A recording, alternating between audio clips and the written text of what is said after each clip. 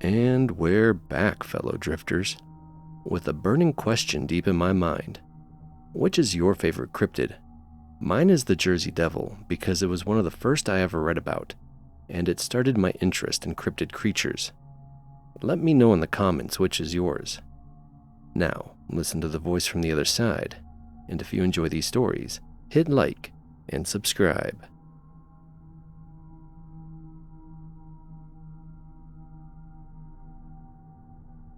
I've never posted on here before, and honestly, I don't believe in much. No ghosts, no aliens, no demons, nothing. I live in New York City and work in a mid-sized office near Midtown. Pretty normal routine. Coffee shop in the morning, walk to work 9 to 5, then back home. This happened back in April, broad daylight, on a weekday, around 1:30 in the afternoon. I'd stepped out of the office to grab lunch from a food truck I like that parks a few blocks away. I wasn't distracted, wasn't on my phone, wasn't even wearing headphones. I just wanted fresh air and something greasy. So I'm walking down 7th Ave, kind of weaving through the slower crowd, when I noticed 2 kids standing outside a closed storefront. I remember it clearly because they stood out. No one else was paying attention to them, but they were just still, not moving like kids usually do. One looked about 12, the other maybe 9 or 10. They were both pale, like grayish, not just pale white. And they dressed kind of off. Like their clothes were neat, but outdated. The younger one had a coat that looked like it belonged in the 90s. Old zipper and a weird cut. The older one had on a black hoodie, but the sleeves were too short, like they'd outgrown it. What struck me first was that they were staring directly at people as they walked by. Not talking, and not panhandling, not playing, just watching and no blinking. As I walked past them, the younger one stepped right in front of me. Just moved forward like a statue coming to life, no warning. He said, "Excuse me, sir, could you help us find our mother?" His voice was wrong, too flat, like he was reading a line but didn't understand it. And there was no fear, no urgency, just those words. That's when I looked at his face properly. His eyes were entirely black, no whites, no iris, just shiny jet black orbs. And they weren't contacts, and I'm sure someone's thinking that. But these were different. They didn't reflect light the way they should have. It was like staring into 2 holes, and the older one behind him, same eyes, just standing there dead silent.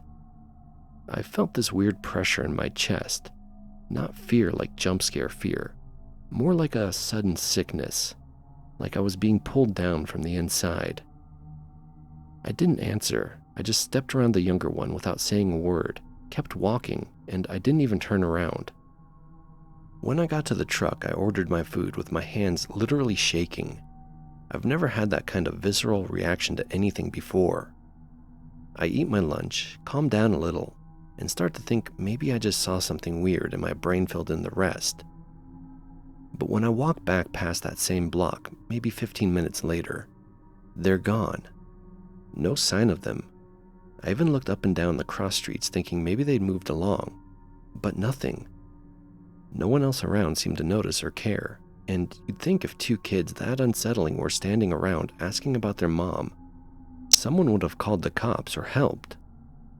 Back at the office, I tried to brush it off, even told a coworker later like it was just some odd encounter. But I couldn't stop replaying how unnatural it felt.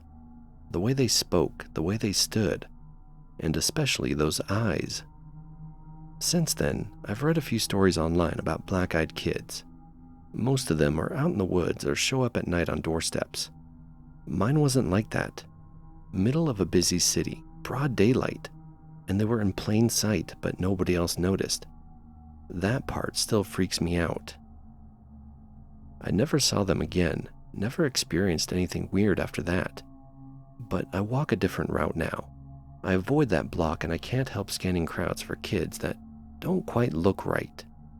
I still don't believe in much, but I do believe I saw something that I wasn't supposed to, and I hope I never see it again.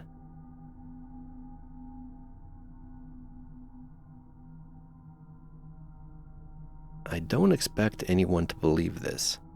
I wouldn't have believed it myself a year ago, but after what happened last fall, I've gone back and forth on whether to share this. I'm not trying to convince anyone of anything. I just need to write it out.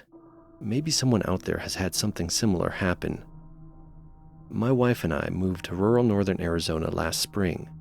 We'd both grown up in cities, Phoenix for her and Denver for me, but we were sick of it. We bought a 10-acre piece of land with a small 1950s farmhouse on it. Needed some work, but it was solid. Nearest neighbors were about a mile down the road. Closest town is 20 minutes away and barely qualifies as a town. It was quiet, and that was the draw. The first few months were normal. We fixed up the place, put in a garden, and got a couple of goats. Typical small holding stuff. We were both working remote at the time, so we had the flexibility to really commit to it. This began in late October. Nights had started getting cold, and the days were shorter, so we were indoors more often. The first thing I noticed was something small. Our motion sensor light on the front porch would go off randomly at night. Not constantly, just here and there. I assumed it was animals, raccoons, maybe coyotes, but it kept happening, almost always around 2 or 3 in the morning. I even checked the camera we had facing the driveway. Each time, the light would go on, but the camera wouldn't show anything, just an empty yard. No big deal at first. Tech glitches happen. Then, one morning, we found muddy prints on the porch, bare feet and human from the looks of it. No shoes, just feet, like someone had been standing out there during the night. It freaked both of us out, but we figured maybe it was someone passing through, maybe drunk or high. Still, we started locking the doors more religiously, and I bought a trail cam to put up in one of the trees facing the house. That night, nothing happened. The motion light stayed off, and I felt a little silly for being so jumpy. But then it escalated. The next night, I woke up around 2:30 because I thought I heard someone talking. I couldn't make out what they were saying, just a soft garbled voice like it was coming from far away. I got up and checked the front door.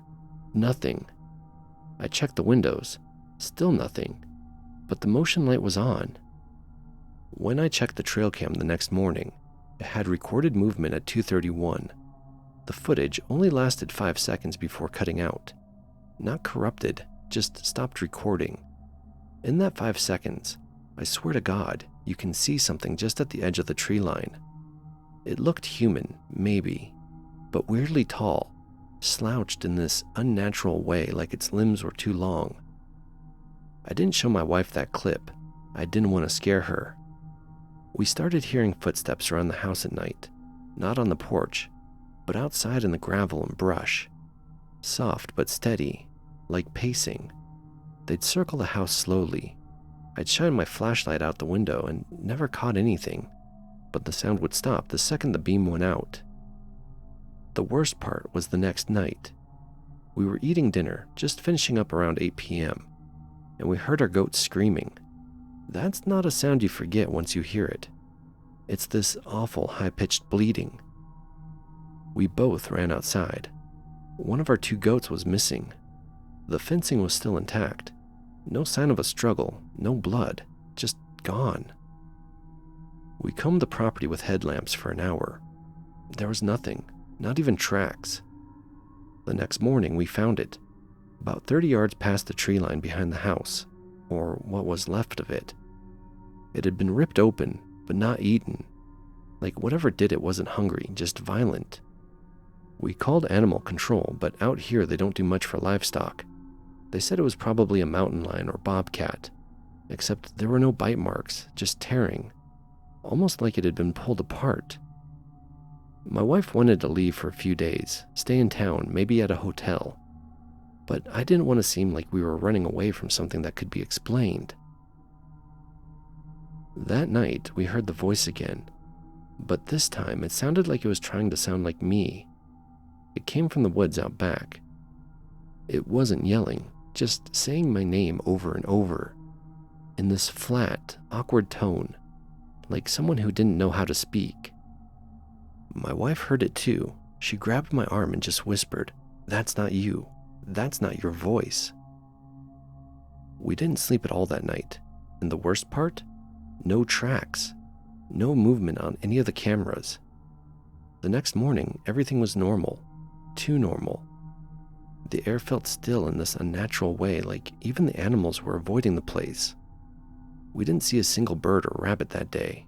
No bugs even. The silence was loud. We stayed one more night. I don't know why. It was the quietest night we'd had in weeks. No light triggering, no footsteps, no voices, just nothing. And the next day, it was like it had never happened. The motion light never went off again. The trail cams caught deer and rabbits like normal. The forest felt alive again. My wife swears she even saw a fox near the garden the day after. It's been months since then, and nothing else strange has happened. We still live here, but neither of us talk about that week anymore. We don't go into the woods past the tree line. We replaced the trail cams, but haven't looked at the old footage since. We keep the lights on a little longer now, and don't let the new goats out at night. Sometimes I wake up around 2:30 out of nowhere, not from a sound, just wide awake, and I wait, but nothing ever happens. Still, I swear, some nights, I feel like something is out there, watching, just not ready to come back yet.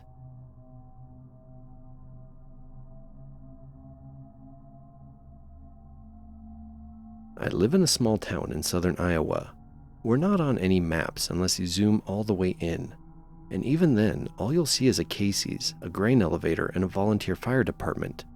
It's the kind of place where everybody knows everybody, and nothing really happens unless it's the county fair or someone hits a deer on the highway. What happened to me about 2 years ago, I've barely talked about it. Not because I'm afraid of being called crazy, though I probably would be, but because I don't know how to explain what I saw, and honestly, I don't like thinking about it. It started in the summer. I was 23, living with my mom for a while to save money before moving out. I work construction plus odd jobs, clearing brush, fixing barns, that kind of thing. My free time was mostly driving around with my buddy Eli, smoking, talking about nothing, just small-town boredom. There's a stretch of road out past the grain fields, near what used to be a state-managed hunting area. It's technically public land, but it hasn't been kept up in years. No game wardens or trail markers anymore.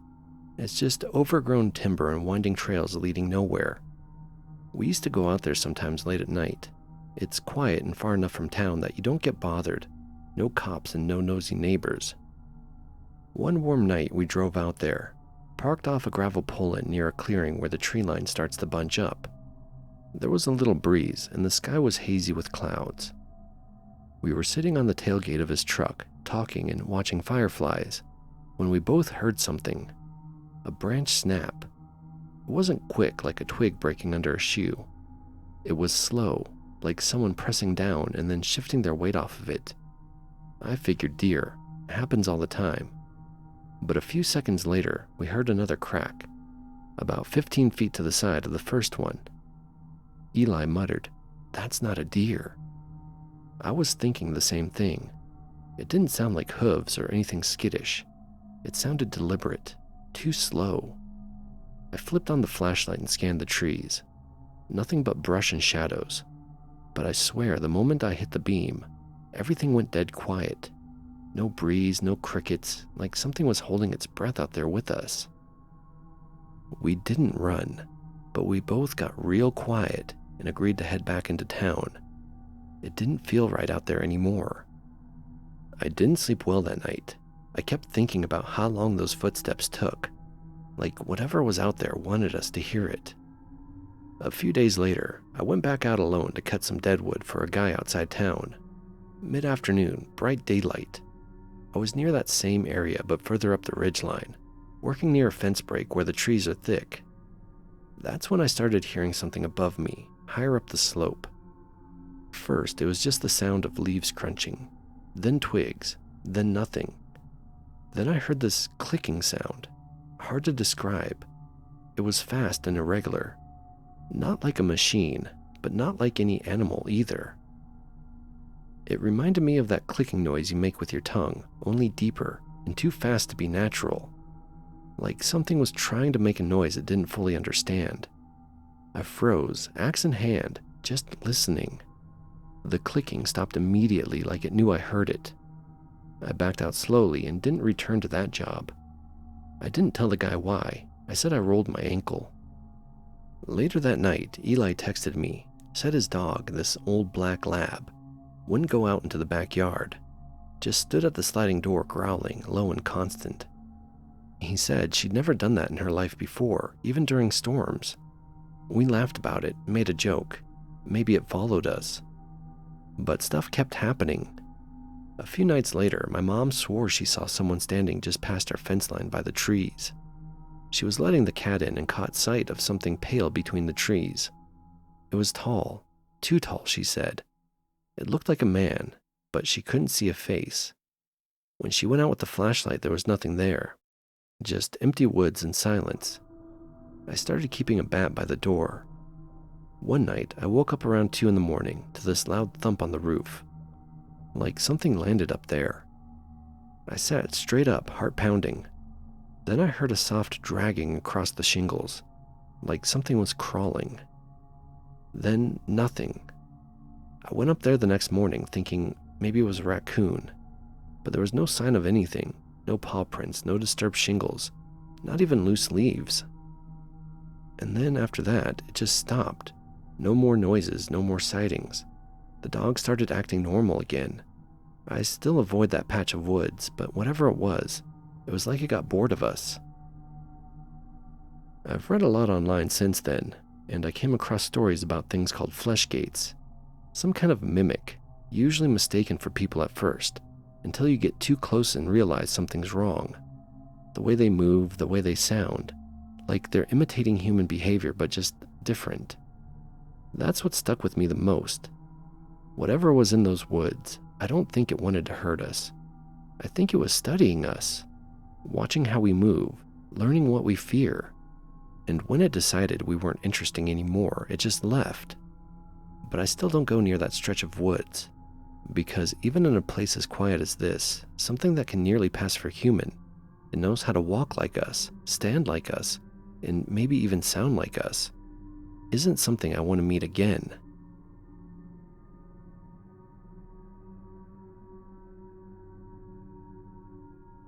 This happened a little over a year ago, but I haven't really talked about it with anyone outside of my brother. I've posted on Reddit before, but I've never used this account for anything other than lurking. I'm not here for karma. I just want to write this out and see if anyone else has had something remotely similar happen. I live in a suburb just outside of Minneapolis. It's not exactly rural, but my neighborhood backs up to a pretty big nature preserve. Maybe 400 acres of woods, trails, a frozen-over creek in the winter. Most of the houses on our street have a backyard that leads straight into the tree line. I grew up here and moved away for college, came back after my dad passed and left us the house.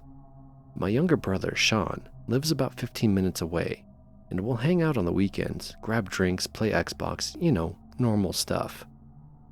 That night started normal too. Sean came over around 8 p.m. It was early December, cold but no snow yet. We had a couple of beers and watched a movie. And then, around 11:30, he said he'd probably head home. We were standing out back so he could smoke one before driving. It was quiet, like dead quiet. The kind of quiet where you can hear the wind shifting in the branches. There's usually some kind of background noise. Cars, a plane overhead, or just the neighborhood dogs barking. But that night, it was just still. That's when we both heard something from the woods. At first, I thought it was a coyote. We get them sometimes, though they're usually shy. But this sound was different. It was long, low, and wrong. Like a mix between a moan and a howl. But it kept changing pitch. It would start high, dip into something almost human sounding, then cut off suddenly. Sean immediately flicked his cigarette and said that wasn't a coyote. I agreed. We stood there for another 30 seconds just listening, but nothing followed. Then, right when he was about to go, we saw movement in the trees.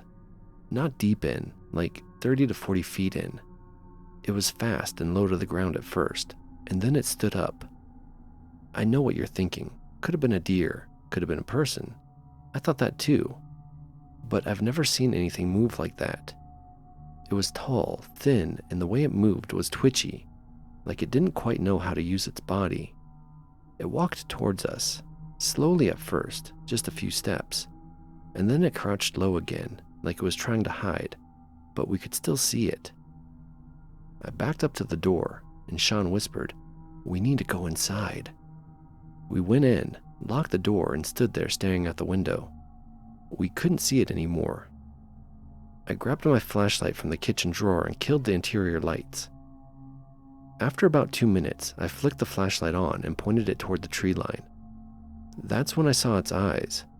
They reflected the beam like an animal, but they were too high up, and they weren't shaped right either, too far apart, and the color was wrong. A pale, dull yellow that didn't blink or move away when the light hit them. They just stared back at us. Sean whispered, "Dude, that thing's not scared of us." I turned the flashlight off, and for the next 10 minutes we sat there, not talking. I wanted to believe it was just some weird deer or even a person messing with us. But in my gut, I knew it wasn't. Then we heard a scraping along the side of the house. Not claws, not like a horror movie. It was softer, like fingertips dragging along the siding. It started at the corner and slowly moved towards the window we were sitting near. Sean grabbed one of my dad's old golf clubs from the hall closet. I just had a kitchen knife, which I know sounds dumb now, but we didn't have a gun in the house. The scraping stopped right beneath the window. We didn't move. We barely breathed. Then something tapped the glass. Just once, delicate, almost polite, like it wanted to see if we'd react. We didn't, and after another minute, it was gone. We stayed up the rest of the night, lights on. Didn't see or hear anything else. Around 6 a.m., I finally dozed off on the couch. When I woke up around 9, Sean was already gone. He had left a note that said, "Didn't sleep. Needed to be around people. Call me when you're up." I checked outside as soon as I had the nerve. I didn't expect to find anything, and mostly I didn't. No prints, no blood, but on the siding below the window, there were 3 long faint marks. Not deep scratches, just something that had scuffed the surface, like it had been brushed by something hard and dry, almost like bone. I didn't call the cops, because what would I say? "Hey, I think a tall forest ghoul knocked on my window last night. Can you swing by?" Here's the part I can't explain. 2 nights later, a neighbor's dog went missing. This family 3 houses down had a big shepherd mix that used to bark at everything. That night, silent. Next morning, the dog was gone. No signs of escape. The gate was closed. The neighbor put up flyers, posted on Facebook. Nothing. The dog never came back. I haven't seen anything like that since. No sound and no movement. The woods went back to being just woods. But something shifted in me that night, like I became aware of how thin the barrier is between normal life and whatever the hell that was. And I don't go out into the trees anymore, not alone, and definitely not after dark. I keep the backyard lights on now, motion sensors installed, and I don't sleep with my windows open anymore, no matter how nice the weather is. I don't know if it was a Wendigo. I've read about them since. Some of it fits, the look, the feel, the way it seemed more wrong than aggressive. But I don't know, and I don't really care what you call it. All I know is that there was something in those woods, just outside a perfectly ordinary neighborhood, watching us. And it wasn't an animal, and it wasn't human, and it knew exactly where we lived.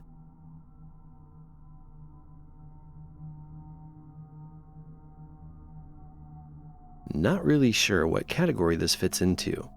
I'm not claiming anything supernatural happened, but something about this stuck with me, and I've never been able to fully explain it. This happened last fall, and it still creeps me out. I live alone in a rental house on the edge of a small town in Pennsylvania. It's not the middle of nowhere, but it's quiet.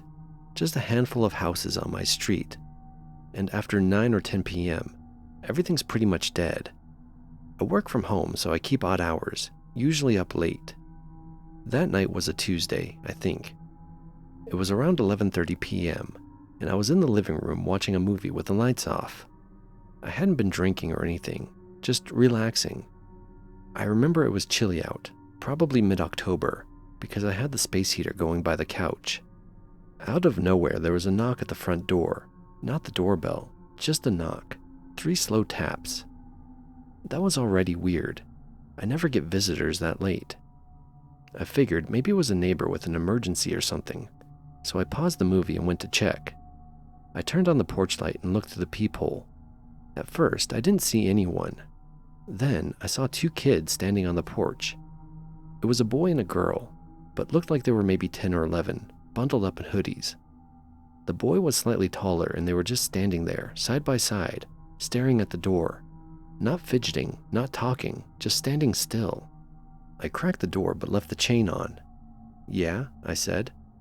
The boy spoke first. His voice was flat, polite, a little off somehow. And he said, "Can we come in?" I blinked in disbelief. "Why? Are you guys okay?" The girl said, "We need to come in, please. We won't take long." She said it the same way, calm, monotone, like she was reading from a script. Something about the way she said "take long" made my skin crawl, and I couldn't place why. They didn't look hurt. They weren't shivering or crying. No signs of distress. Just 2 kids who somehow thought it was normal to ask a stranger to let them in at midnight. I told them no gently. I said, "You guys need to go home, it's late. Where are your parents?" They didn't answer that. Instead, the boy said, "We can't come in unless you say it's okay."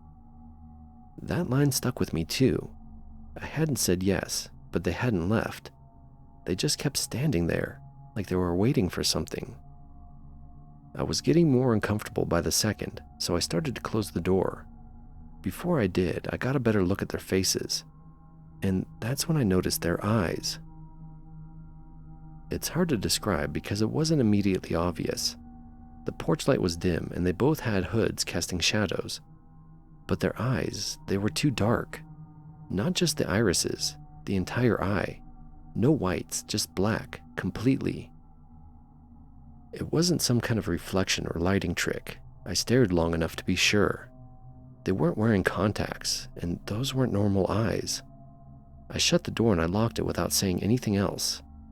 They didn't knock again. They just stayed there for maybe a minute, then walked off. I watched from the window. They didn't run, didn't talk to each other. Just calmly walked back down the driveway and disappeared into the dark. I didn't sleep much that night. The next day, I checked my Ring camera.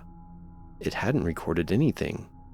I thought maybe it had glitched, but I checked the history, and it had recorded a car driving by 15 minutes before the knock. It just somehow didn't record the kids. I asked my neighbor if they'd seen any kids wandering around, and no one had. One of them suggested it might have been a prank, and I guess that's possible, but I don't know. Something about it felt off in a way I can't explain. It wasn't just how weird the situation was. It was how quiet they were, how deliberate everything felt. Like they weren't kids at all. I haven't seen them since. No weird knocks, no odd behavior around the house. But every so often, especially when I'm up late and the house is quiet, I'll think about that night and wonder what would have happened if I'd said yes, if I'd let them in.